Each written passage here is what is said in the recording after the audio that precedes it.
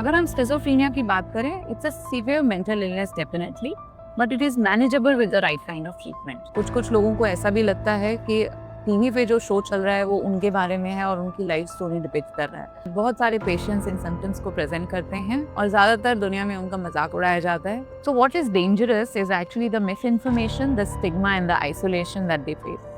तो ऐसे में एक प्रोफेशनल ही करेक्टली डायग्नोस कर पाएगा और बता पाएगा कि किस वजह से वो सिम्पटम्स आ रहे हैं। सो पिक्चर दिस, रिसेंटली मेरे क्लिनिक में एक पेशेंट आए जिनका कहना था कि उनका ब्रेन किसी ने हैक कर लिया है और उनको फॉलो कर रहे हैं, मॉनिटर कर रहे हैं और उनकी जान को खतरा है। ये बातें सुनकर ज्यादातर लोग हंस देंगे और सोचेंगे कि कुछ नहीं करना, लेकिन ज्यादातर लोग ये नहीं समझते कि एक इम्पॉर्टेंट बीमारी का लक्षण हो सकता है। वो महत्वपूर्ण बीमारी जो है वो स्किज़ोफ्रेनिया के नाम से जानी जाती है और बहुत ज्यादा मिसअंडरस्टूड और फिल्मों में गलत वे में पोर्ट्रेड ये बीमारी है।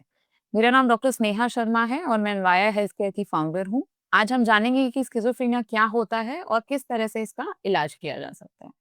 शटर आइलैंड मूवी में लियोनार्डो डी कैप्रियो का जो रोल है उसमें उनको आवाजें सुनाई देती हैं और दिखाई देती हैं अपनी वाइफ की और बच्चों की जो एग्जिस्ट नहीं करते। ये एक टिपिकल एग्जाम्पल है कि स्किज़ोफ्रेनिया के सिम्टम्स किस तरह फील किए जा सकते हैं।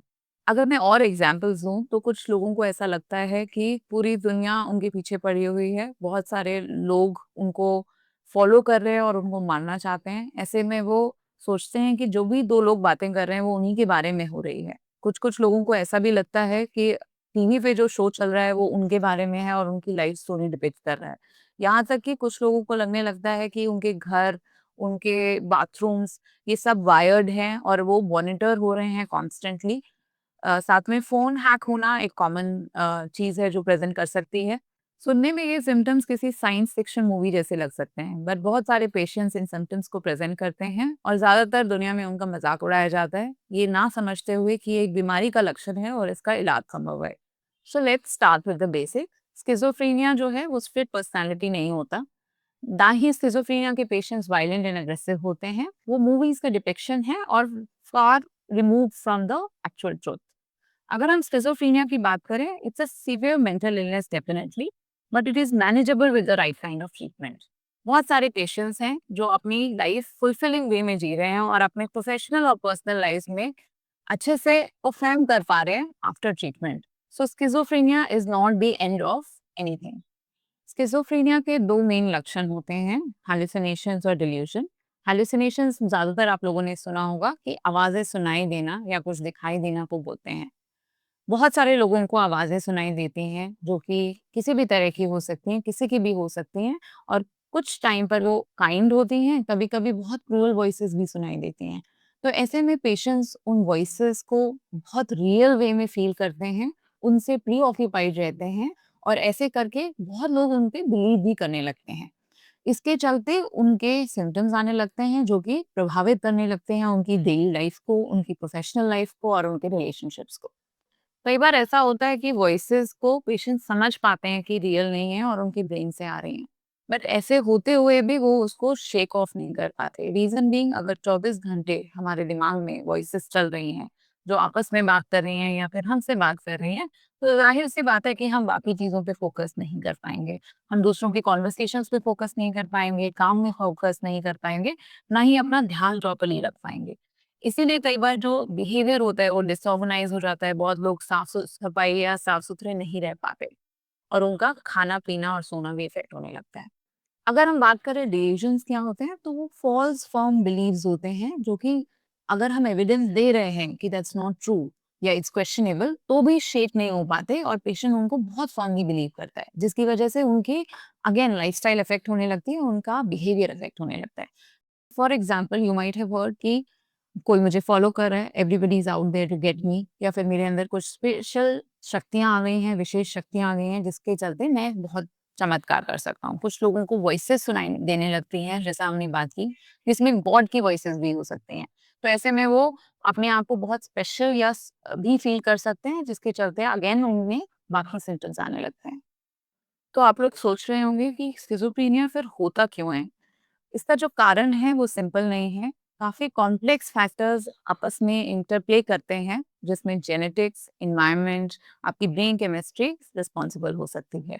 कुछ तरह के ड्रग्स भी होते हैं जो स्किज़ोफ्रेनिया जैसे सिम्पटम्स कॉज़ कर सकते हैं।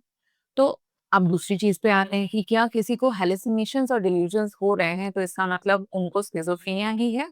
तो इसका आंसर है नो। स्किज़ोफ्रेनिया में ही सिर्फ हैलुसिनेशंस और डिल्यूजन्स नहीं होते हैं, कई मेडिकल कंडीशंस और कई बार ड्रग यूज़ और सब्सटेंस यूज़ की वजह से भी हैलुसिनेशंस या डिल्यूजन जैसे सिम्पटम आ सकते हैं। तो ऐसे में एक प्रोफेशनल ही करेक्टली डायग्नोस कर पाएगा और बता पाएगा कि किस वजह से वो सिम्पटम्स आ रहे हैं। If you're living with somebody who has schizophrenia, then you'll know. There are some good days and then there are some confusing, heartbreaking days. One moment that person is there, they are talking to you, smiling, laughing, and involved in their lives. And the next moment that person is gone, it's almost as if they were not there. But here's the thing, that person is still there. Underneath all that noise, that person is still there, and with the right kind of support and treatment, they can come back.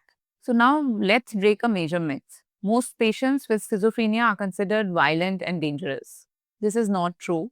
Most people who are struggling with schizophrenia are more at risk of suicide than of harming others. The number of harming others is as low as 6 to 10% according to the National Institute of Health. So, what is dangerous is actually the misinformation, the stigma, and the isolation that they face. Many patients with schizophrenia can also have symptoms जिसमें उनको उदासी होती है, negative thoughts आते हैं, anxiety हो सकती है, साथ साथ में एक्सेसिव टॉकिंग या इन्फ्लेटेड सेल्फ एस्टीम आ सकती है. Along with that, substance abuse and addiction can also exist, which is why just putting one label is not important. What is important is that they go to a professional and are correctly diagnosed. Schizophrenia का कोई one time test diagnosis नहीं होता. इसके लिए proper talking, listening to the patient and evaluation की ज़रूरत होती है. Recovery is possible but not in the traditional cured of an illness sense, but more कि जो इंडिविजुअल है जो स्ट्रगल कर रहा है वो अपनी नॉर्मल लाइफस्टाइल कंटिन्यू कर पाए and they can live a fulfilling and promising life. If you are a caregiver or a friend and you are wondering about how you can help with somebody with schizophrenia, don't try to fix them. Be there, listen to them, provide the right kind of social support, and also importantly, make sure that they are adhering to the treatment and being regular for their appointments. And after watching this, if you're feeling that you are also going through any of these symptoms, then don't hesitate and please reach out for help, but also don't self diagnose. People with schizophrenia are neither crazy, ना ही वो पागल हैं या scary हैं. वो एक बीमारी से पीड़ित हैं और इस बीमारी का ट्रीटमेंट संभव है. तो सही समय पे डॉक्टर की राय जो है वो इंश्योर कर सकती है कि वो एक ज़िंदगी जिएँ जो फुलफिलिंग है और अपने प्रॉपर पोटेंशियल को अचीव कर पाएँ. If you found this video helpful and insightful, then please like and share. And if you have any questions, then do drop in the comments.